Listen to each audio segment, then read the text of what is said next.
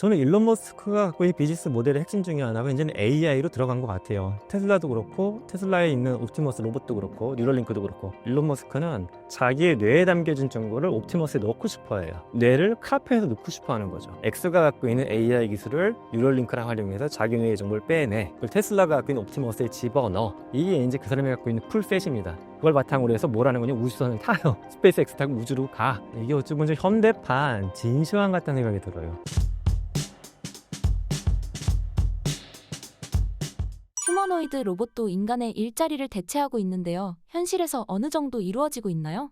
현재 가장 활발하게 테스트하고 있는 공간은 공장하고 물류센터 같은 데예요. 그러니까 여기 특성은 뭐냐 하면 작업장이 현대식이죠. 예를 뭐 정말 단순하게 보면 바닥이 평평하게 되어 있고 사람이 막 들어가서 사람을 부딪힐 확률도 없고, 이런 게 중요한 게 기존에 이제 산업용 로봇 같은 거 초창기에 실험하다 많이 다친 게 사람들이 다쳤어요. 공간에 같이 들어가면 산업용 로봇은 센서가 없어요. 대부분. 얘는 여기서 만약 여기를 돌려서 용접을 해야 돼. 중간에 사람이 있어서 치고 지나가는 거고, 사람이 있어서 용접 봉을 들이대는 거예요. 그냥 당연히 사람이 다치죠. 근데 아직도 현장 테스트는 주로 이렇게 하고 있기는 해요. 휴머노이드 센서도 있고 공간 지각을 하긴 하지만 아직은 그래도 좀 제한된 환경 내에서 로봇이 이제 복수대 여러 대가 들어가서 조립에 필요한 물건을 옮겨준다라든가 용접을 한다라든가 또는 택배 같은 거를 분류 작업한다라든가 이런 것들 테스트를 하고 있는데, 그럼 사람들이 이제 궁금한 건 그거죠. 이게 그럼 실제 그 펜스가 열려지고서 진짜 작업에 들어가는 시점이 언젠데? 라는 건데, 대부분 이거 테스트하고 있는 기업들은 2025년 연내에는 시도하겠다고 합니다. 시작하겠다고. 뭐 BMW도 그렇고 현대자동차도 그렇게 얘기하고 있고. 그래서 2025년이 산업용 로봇이 쓰이던 그 단계에서 인간의 휴머노이드가 인간의 작업장에 코봇 형태로 들어오는, 코봇이 이제 같은 공간에 들어가는 공동작업장입니다. 공동작업자가 되는 원년이 아닌가 생각을 하고요.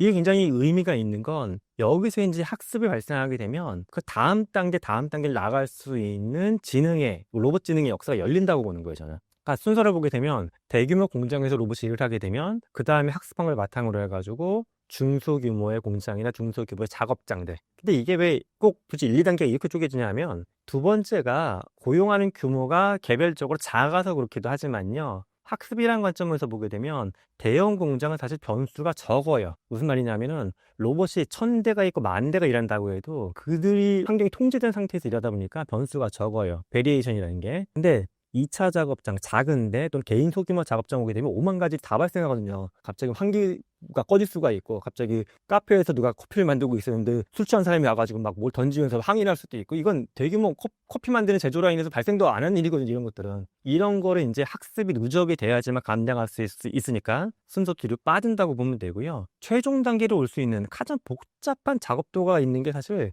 현대식 공장이 아니라 집이에요, 집. 집 아니면 만약에 뭐 30평대 아파트 똑같은 거 한 단지 뭐 200채가 있다고 해도 200채의 집 구조가 물리적으로 똑같겠지만 인테리어 가구 배치, 사람들 사는 거, 뭐 동작하는 거 다 다르거든요. 그러니까 여기까지 간 베리에이션이 훨씬 더 증가하는 거예요. 3단계는 이렇게까지 가야 이제 로봇이 전파가 될 것 같아요. 대관공이나 중장비 기사처럼 육체 노동 직업도 로봇이 대체할 수 있을까요? 저는 이 로봇이 뭐 배관공이나 아주 섬세한 작업하는 거 있죠. 그걸 대체할 수 있을 걸 보게 됐을 때 이게 자율주행 자동차랑 비슷하다고 생각합니다. 자율주행 자동차가 사실 예전부터도 무슨 뭐 엑스포다 가게 되면 제한된 공간에서 차가 왔다 갔다 했어요. 근데 이게 그거는 쉬운 건데 개방된 도로를 차가 달리는 게 어려운 거잖아요. 변수가 워낙 많으니까. 근데 이게 되고 있잖아요, 지금 미국하고 중국에서는. 그러면 배관공을 비롯한 그런 뭐 싱크대가 망가졌을 때 고치는 사람이거나 가전제품 고치는 사람들도 마찬가지인 게 학습량의 차이일 뿐인 거예요. 근데 지금 이게 로봇이 그만큼 비용이 좀 저렴해지고 있고 학습을 할 수 있는 AI 알고리즘이나 데이터들이 충분해지기 시작하게 되면 당연히 저는 학습이 가능하다라고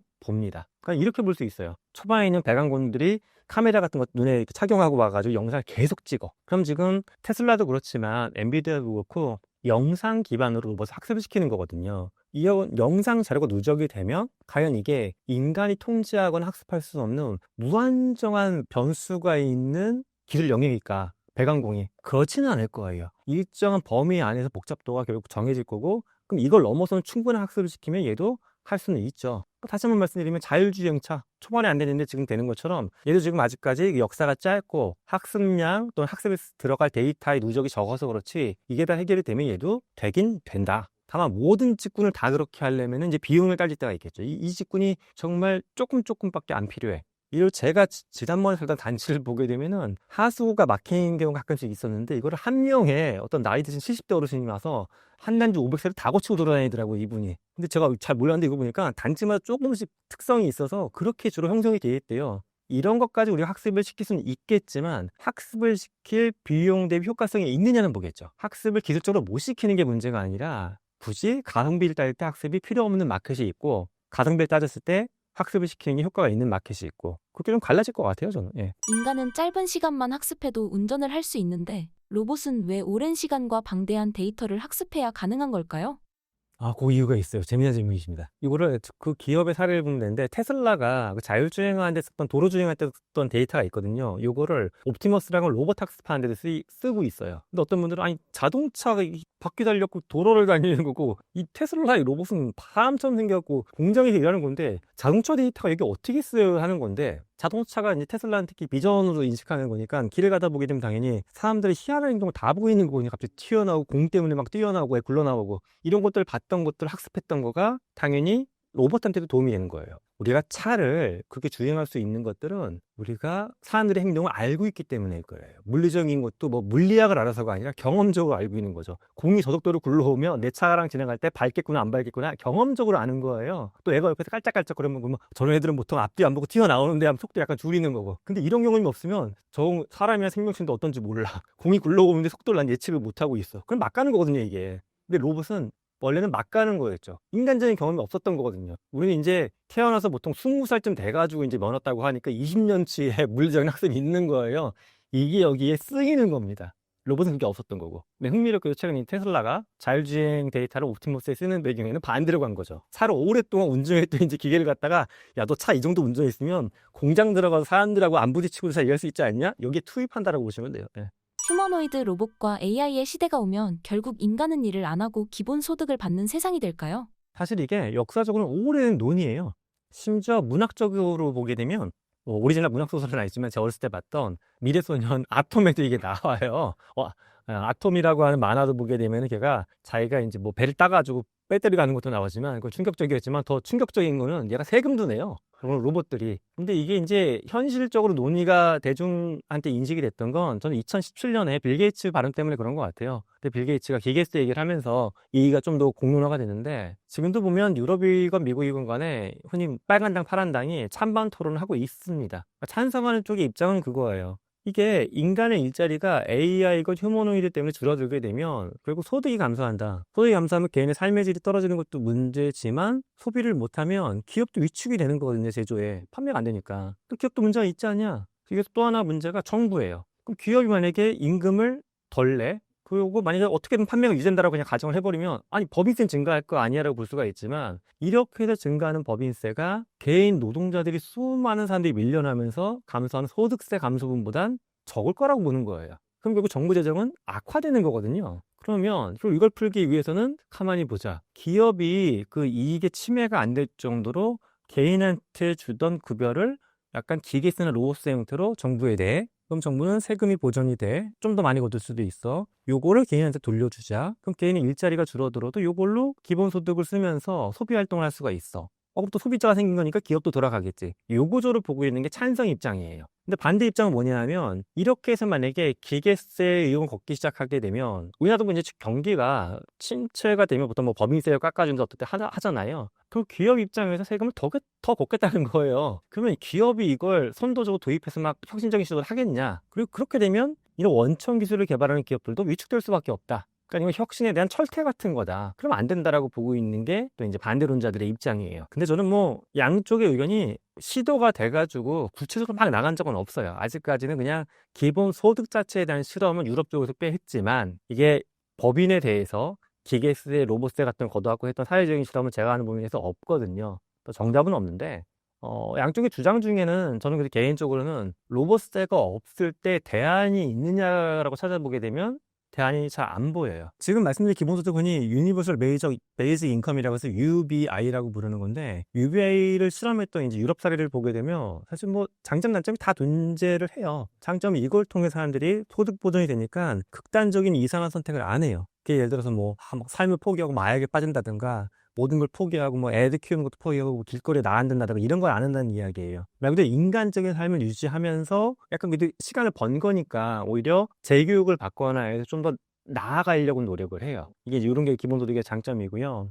반면 단점은 저는 우리나라에서도 관찰이 됐었는데 제가 이제 공무원분들하고 일하다 보니까 우리나라도 약간 저소득층 이렇게 소득 보장해 주는 게 있잖아요. 정말 극단적인 케이스일 수도 있는데 어떤 케이스는 한 달에 몇십만 원 이렇게 지급받으면 이분이 그 하루 이틀에 다 써버리신대요. 그래서 뭐 어디다 쓰시냐고 했더니 하루 이틀에 다 밥을 사 먹을 수도 없는데 그랬더니 뭐 술을 사 드시거나 도박하거나 다 날려버리시는 거예요 그냥. 그러니까 이렇게 사람들도 나타나요. 그러니까 양쪽의 케이스가 사실 섞여 있기 때문에 이게 어려운 거예요. 100%가 좋아지거나 100%가 나빠지면 이게 좋은 제도 나쁜 제도 딱 갈릴 수가 있는데 좋은 것과 나쁜 것만 섞여 있거든요. 그래서 어떤 분들은 그러면 이걸 돈을 주지 말고 사회가 이분이 지출할 수 있는 거 일단 디자인을 해서 배급을 해주면 어떻겠냐라고 돼요. 뭐 교육 쿠폰 얼마, 음식 쿠폰 얼마, 의료 쿠폰 얼마 이렇게 해서 배급을 딱딱딱 구획화해서 줘. 이건 또 어쩌면 약간 공산주의 사회처럼 되는 거예요. 개인의 모든 삶 자체를 국가가 통제하는 거잖아요. 그래서 기본소득에 대해서는 사실 그렇게 갈 수 있는 로봇이나 기계에서의 현실성 부분도 복잡한 이슈지만 그렇게 됐을 때 어떤 제도로 이걸 굴릴 것이냐도 문제가 있고요. 여기에 또 하나 제도적인 저 어려움이 뭐냐.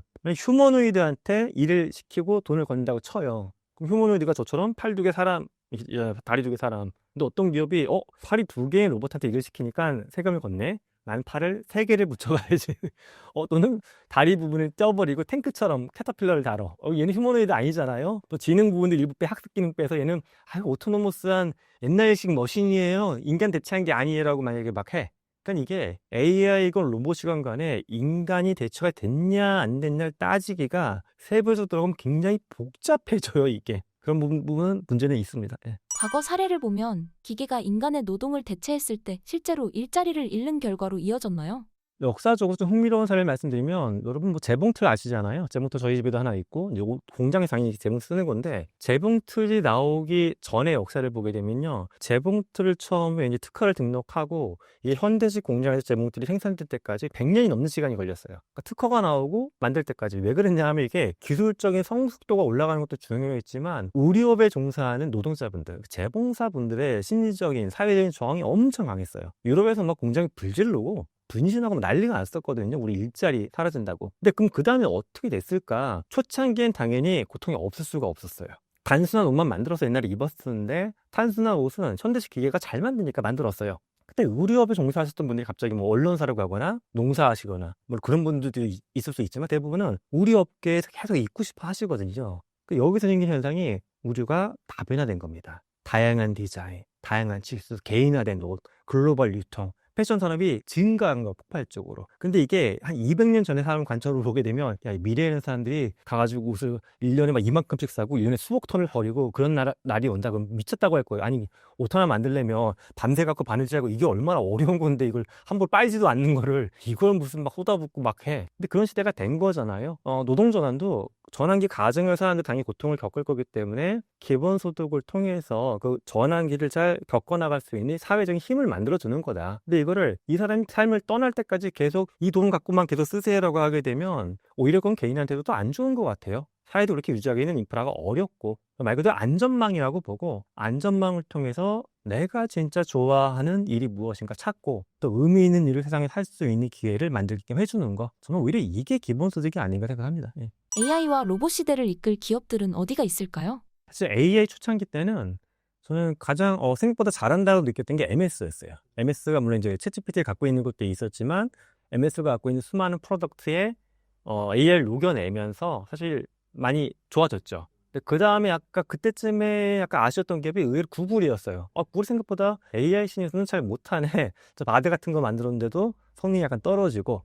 근데 제미나이 만들고 제미나이 계속 업데이트 되면서 느끼는 게 역시 구글이 대단한 기업이구나 하는 게 느껴져요. 특히 이제 올해 연말 기준으로 구글도 그렇고 뭐 메타도 그렇고 애플도 그렇고 뭐 프로토타입이나 일부 기업 완제품 발표한다고 한 게 글래스형 제품이거든요. 안경 제품인데 AI 들어간 것. 그래서 이렇게 휴대폰하고 연동이 되는 것도 있지만 안경 한쪽 렌즈에 디스플레이가 붙어가지고 글도 투사해주는 이미지도 보여주는 것들을 만든다고 하는데, 사실 구글이 원천적으로 돈을 잘 벌었던 영역이 원래 광고잖아요. 광고. 구글 온라인 광고나 유튜브 광고. 근데 광고는 이 마켓이 포화 상태거든요. 근데 구글은 이거 가지고서 이제 디자인하고 있는 마켓 중에 하나가, 사람이 이걸 계속 쓰고서 길을 가면서 외국인하고 대화하고 글도 보고 광고 같은 것도 보고, 광고가 중요한 거예요. 내 만약에 지나가다가 어떤 코카콜라를 보고 있어. 그럼 음식에 대한 게 뜨면서 구매할 수 있는 쿠폰이 옆에 떠. 이런 식으로 해서 새로운 광고 마켓이 된다라고 보는 거예요. 그러니까 구글이 돈을 버는 거를 잘한다라고 느꼈어요. 그러니까 MS는 어찌 보면 약간 기업용 또는 교육용 소프트웨어, OS에 들어갔던 그 플랫폼으로 쭉 가는 것 같고, AI도. 근데 구글은 역시 기업에서 끌어온 광고 자원을 1대1로 타겟팅 연결시켜주면서 돈을 벌었던 이 메커니즘을 또 AI 시대에 재밌게 풀어내는구나. 좀 잘한다라고 느꼈고요. 가장 기반되는 건 저는 아직까지도 이제 뭐 어느 기업이 흥하건 간에 엔비디아를 역시 빼놓을 수가 없죠.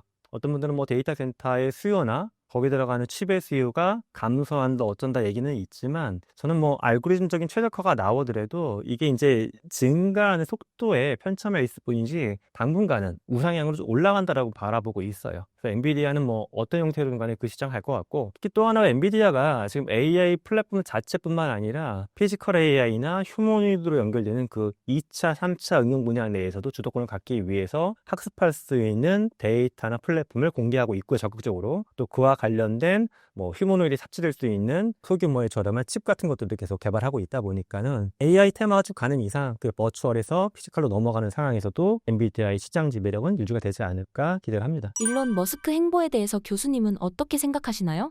저는 일론 머스크가 굉장히 일을 잘하고 있다라고 느끼고 있는 지점은, 일론 머스크가 이제 테슬라도 갖고 있고, 그다음에 뉴럴링크도 갖고 있고, 엑스도 갖고 있고, 뭐 스페이스X 갖고 있고, 보링 컴퍼니도 갖고 있는데, 이 회사 중에 사실 대중들은 가장 생뚱맞다고 하는 게 X기는 해요.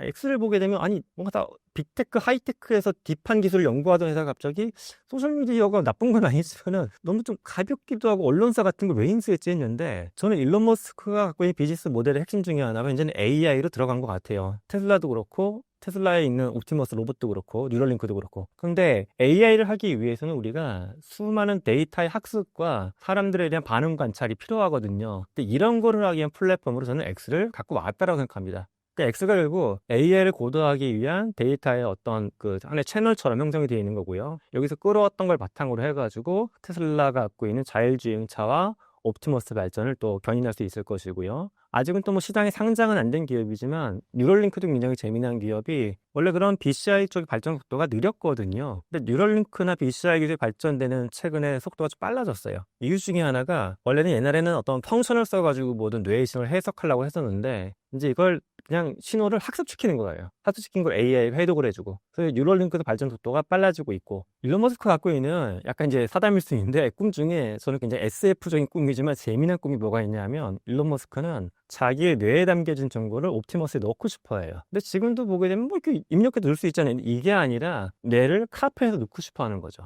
이 단계에 들어가는 게, X가 갖고 있는 AI 기술을 뉴럴링크랑 활용해서 자기 뇌의 정보를 빼내. 그걸 테슬라가 갖고 있는 옵티머스에 집어넣어. 이게 이제 그 사람이 갖고 있는 풀셋입니다. 그걸 바탕으로 해서 뭘 하는 거냐? 우주선을 타요. 스페이스X 타고 우주로 가. 그러니까 무한한 우주를 탐험해. 이게 어찌 보면 현대판 진시황 같다는 생각이 들어요. 그러니까 물론 자기 육체적인 몸은 소멸하겠지만, 자기 정신적인 세계는 옵티머스로 올라타서 스페이스X를 들어가서 무한한 시공간을 탐험하는 존재. 상업적으로도 재미난 회사지만 어떤 비전적으로도 굉장히 재미난 기업이자, 그 기업가가 저는 일론 머스크와 그 컴퍼니들이라고 바라봅니다. 타이핑에서 음성으로 넘어가면서 AI와의 소통이 훨씬 편해졌습니다. 앞으로 더 발전할 수 있을까요?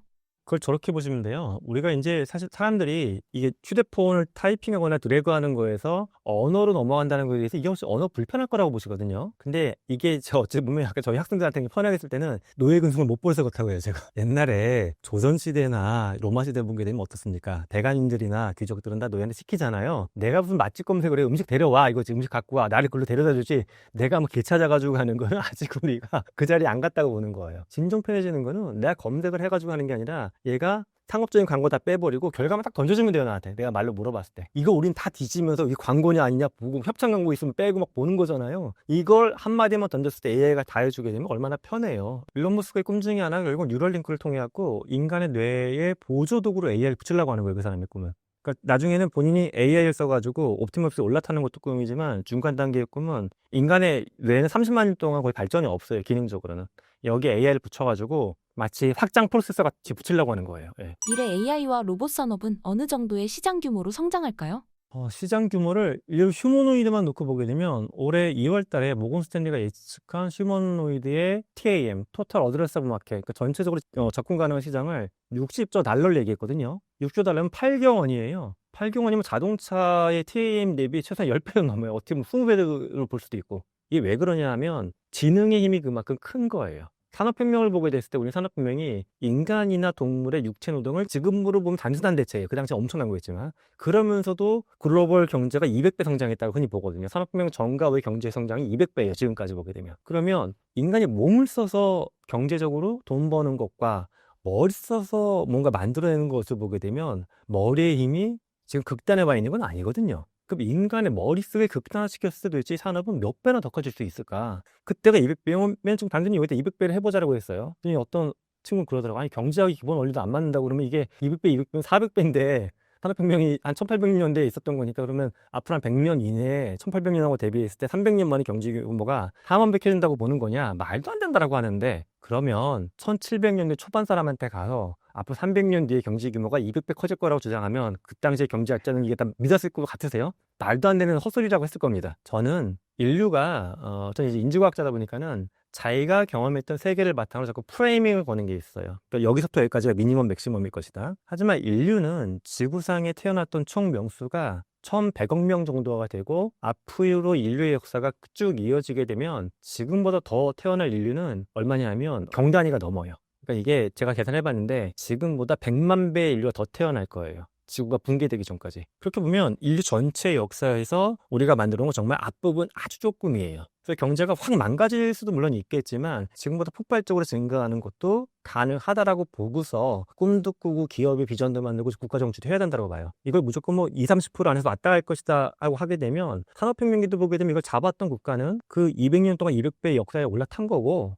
뭐 이게 크게 변하겠어 했던 국가들은 그냥 거의 가라앉았던 거거든요. 그래서 저는 미니멈 맥시멈을 좀 넓게 바라봤으면 하는 생각을 갖고 있습니다. AI와 로봇 시대에 우리는 어떻게 투자해야 할까요? AI 산업군이 결국에 보게 되면 굉장히 하드웨어적인 게 있고 소프트웨어적인 게 있고 크게 보면 두 가지로 나눌 수가 있습니다. 진짜 단순하게 휴머노이드만 봐도 미국하고 중국이 현재 쌍두마차인데 중국은 몸에 가까운 기술을 많이 갖고 있어요. 중국은 정말 단순하게 보면 우리나라도 휴머노이드를 만들지만 우리나라는 부품의 상당수를 일본, 유럽에서 수입해서 만들어요. 근데 중국은 이미 자국 내 부품화율을 굉장히 높여놨고요. 몇 년 이내에 100%다 자국 부품으로만 만들겠다는 꿈을 갖고 있어요. 몸이에요. 몸에 들어가는 모든 부품은 우리 거 그러면서 싸게. 근데 미국은 사실 그쪽보다 휴머노이드 작동하기 위한 데이터나 훈련, LLM 모델 뭐 이런 것들 비전 모델에 더 신경을 쓰고 있어요. 그러니까 몸이냐 머리냐 이런 건데 AI도 큰 산업적으로 보게 되면 이제 하방에 하드웨어가 있고 위에 소프트웨어가 있다고 볼 수가 있는데 아직까지는 저는 사람들이 많이 투자했던 건 하드웨어 쪽에 가까운 것 같아요. 플랫폼, 대규모. 물론 뭐 LLM 하드웨어는 아니지만 어쨌든 대규모 반도체 칩, 클라우드 위에 돌아가는 엔진이니까 저는 이걸 묶어서 그냥 하드웨어라고 볼게요. 여기에 투자를 많이 했는데 이것도 저는 우상향 성장한다라고 봅니다. 왜냐? 반도체에 대한 칩 수요만 놓고 봐도 여러분 AI 없을 때만 봐도 수십 년 동안 반도체 수요는 계속 증가했어요 여러분. 흔히 그 필라델피아 곡선 같은 거 이전에 계속 올라가거든요. 이게 지수 곡선 앞으로 증가할 거예요. 근데 지금보다 더 증가할 수 있는 건 뭐냐면 기존에는 그런 하드웨어를 써서 소프트웨어를 개발하는 게 굉장히 특권층 또는 많이 배운 사람들의 역할이었어요. 이게 특권층이라는 건 뭐 다른 의미가 아니라 회사도 만들고 직원들 막 고용해야지 할 수 있는 비즈니스 모델이었거든요.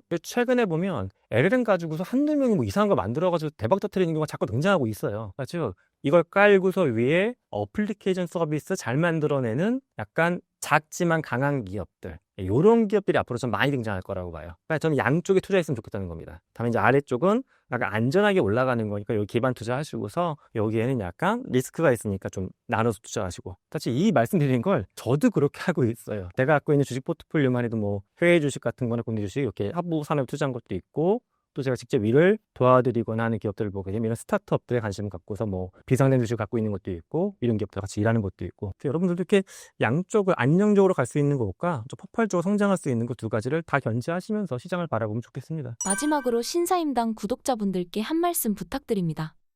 여러분 만약 30년 전으로 돌아가시면 어떤 거 투자하고 싶으세요? 제가 보기를 한번 내볼게요. 1번이 이제 압구정 현대아파트 같은 거 조각 투자하겠다. 2번이 금을 사겠다. 금 요즘 뭐한 달이면 70만 원 하잖아요. 그다음에 3번은 삼성전자 주식 사겠다. 4번 엔비디아 주식 사겠다. 어떤 분은 비트코인 얘기하시는 건 빼고 4번까지만 보면 좀 주식시장 당연히 잤던 분들은 4번 당연히 할 거예요. 저 30년 동안 엔비디아 주식이 한 2,000배 올랐으니까. 근데 압구정 현대나 삼성전자 주식도 40몇 배 올랐거든요. 근데 이걸 또 보면 저희 학교엔 젊은 친구들은 그 얘기예요. 너무 좀 우울하다고. 30년 전으로 못 돌아가니까. 근데 나한테는 그런 시절이 이미 지나간 거 아니냐라고 20대 초반 중반 우리 젊은이들이 얘기하는데 저는 그때 또 그 얘기를 들려드립니다. 나도 잘 모르겠지만 앞으로 또 50배, 100배, 1000배, 만배에 뛰어갈 수 있는 새로운 서비스 모델이나 뭐가 나올 것이다. 제품도 나올 것이고 그걸 발굴하거나 만드는 게 우리의 역할이다. 인류 역사가 이렇게 길었는데 왜 이걸 자꾸 끝이라고 바라보느냐. 정점은 아닌 것 같아요. 그래서 제가 드리고 싶은 말씀은 이 기술이 너무 막 급변하니까는 너무 힘들고 위험해 보이기도 하지만은 어찌 보면 내가 올라설 수 있는 거대한 파도가 밀려오고 있다라고 보시고서 불안하게만 보지 말고 또 호기심을 갖고서 기회를 잡자라는 말씀을 드립니다. 기회를 잡는 거는 뭐 저 같은 학자나 정치인이나 기업가의 몫이 아니라 우리 모두의 역할이라고 봅니다. 여러분들 앞으로 꾸준히 관심 갖고서 함께 공부해 가시죠. 고맙습니다.